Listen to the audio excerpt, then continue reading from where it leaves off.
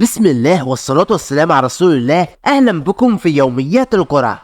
يا صديقي استاد سانتياغو برنابيو، مباراة فريقه اليوم ريال مدريد ضد ريال سوسيداد في إطار منافسات الجولة الخامسة من الدوري الأسباني. ويدخل ريال مدريد المباراة بعد الفوز على ختافي، وحقق الريال العلامة الكاملة في الدوري حيث يحتل المركز الثاني برصيد 12 نقطة من 4 مباريات، ويسعى لاستكمال سلسلة انتصاراته واستعادة الصدارة من برشلونة. بينما جاء ريال سوسيداد من فوز على غرناطة ويحتل المركز العاشر برصيد 6 نقاط.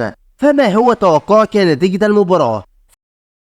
تذاع المباراة على قناة BeIN Sport 1، ويعلق أحداث المباراة عصام الشوالي، وتنطلق المباراة مساء يوم الأحد في تمام الساعة 10 مساء بتوقيت مصر والسعودية والعراق والكويت واليمن والبحرين والأردن ولبنان وفلسطين وقطر، وال11 مساء بتوقيت الإمارات وعمان، وال9 مساء بتوقيت ليبيا والسودان، وال8 مساء بتوقيت الجزائر والمغرب وتونس، وال7 مساء بتوقيت موريتانيا وجرينتش.